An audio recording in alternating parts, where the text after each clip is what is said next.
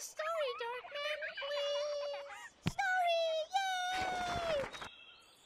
Yay! Ugh, there's too much light. My blessed myth forsaken. These fairy tales are constant gleams of dull and dry, a lifeless dream. I'll grow 'em bleak, I'll craft 'em dark to make 'em grim. That's my hallmark. My guts fill up with pretty tales. Their prissy cuteness never fails to make me puke, to lose my wits, to knock my teeth and give me fits. Out the rancid, stale and foul, despise the happy ending. Gross and nasty make me howl, though they may be offending. I'm here to build true tales of light, of fear and woe, bring back the light. I hate dumb luck, a door uptuck. My humble goal is to run the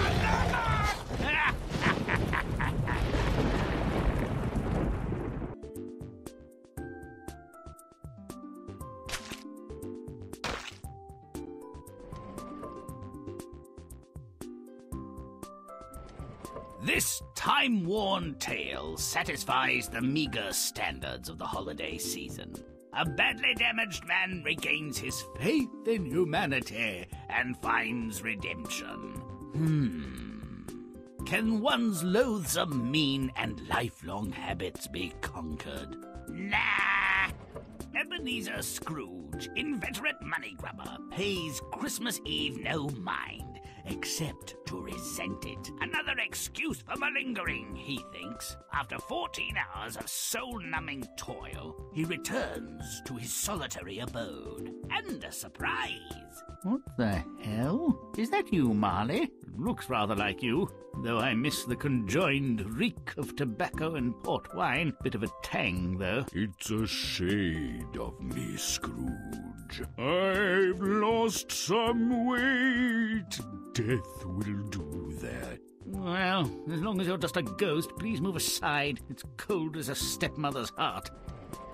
Ah, Marley, you're back. Ghosts don't drink tea, I suppose. Shame, really. These leaves aren't even a month old. This isn't a social call, Scrooge. I carry a message. Well, take a load off. Those chains are making me tired. I really need to run. But listen, expect visits tonight from 3 spirits. Lend them your ear. It won't cost you a penny. Unimpressed with Marley's threat of ghostly visitations, Scrooge falls into a deep sleep. I am the ghost of Christmas past, Ebenezer. Wake and come with me. I trust you intend to pay me for interrupting my dream. And might I say, you're more than odd-looking. What's this? Oh, my. Oh, my. It's me. I was a solitary child, but not unhappy, was I? Those are my schoolmates. Dickie, Percy, Rigsby. Those boys are gone, Ebenezer. Dead for years, and you never saw them after school. Come along. Oh, I'd nearly forgotten her. She was lovely, kind, generous, and I was ambitious. I suppose she's an old maid. She wanted a soulmate, Scrooge. It could have been you, but you wanted more, always more. She found another. Oh, Spirit, I would have had a legacy. Those children might have been mine. Not so pretty and not so many, Ebenezer, but a loss, no doubt. The second spirit is the ghost of Christmas present. With him, Scrooge witnesses the modest, pleasantly indulgent aspects of the holiday. Everyone seems quite happy, Spirit. Perhaps they are grateful that the snow covers the sight and smell of horse manure. Perhaps, but it is the joys of the season.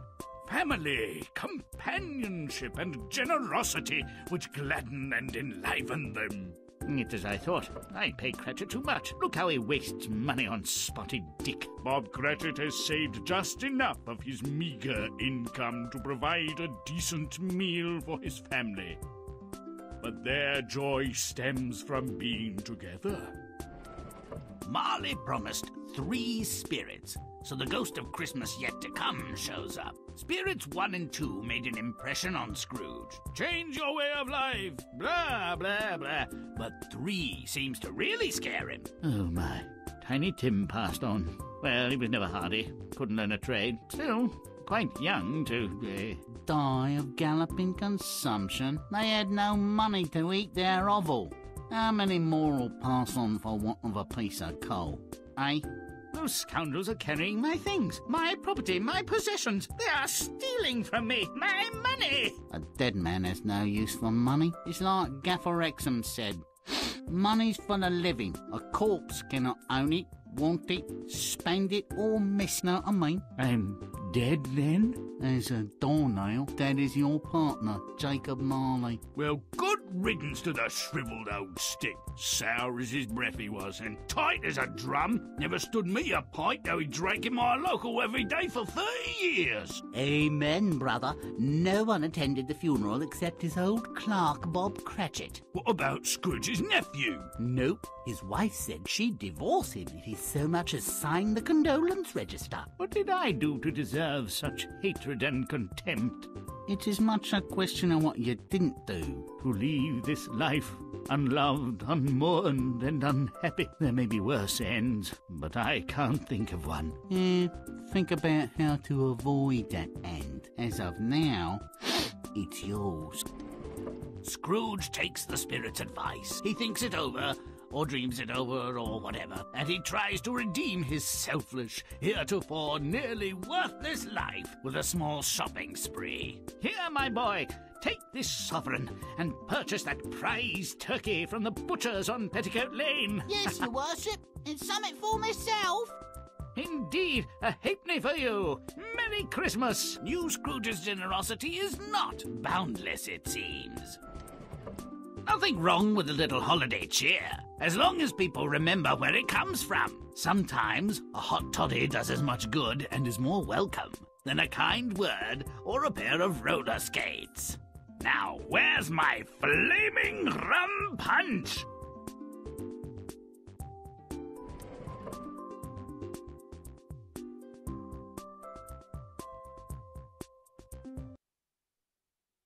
As the cacophony of competing holiday bells escapes into the foul-smelling, frigid air, Ebenezer anticipates a quiet evening of counting his coinage. Again, the firm of Scrooge and Marley reunited. My, and they take tea and chat like a couple of pensioners? Phooey! Let's help Marley deliver a dire and persuasive warning from creatures beyond the mouldering grave. Make it stinky. Let's kill the clean.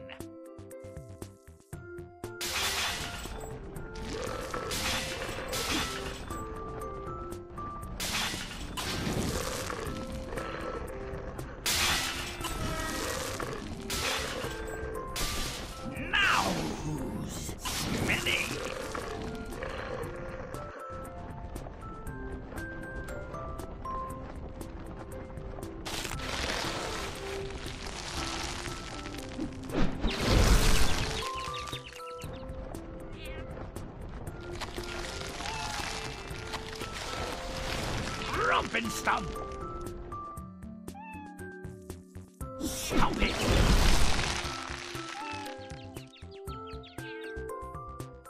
This isn't a social call, Scrooge. I carry a message.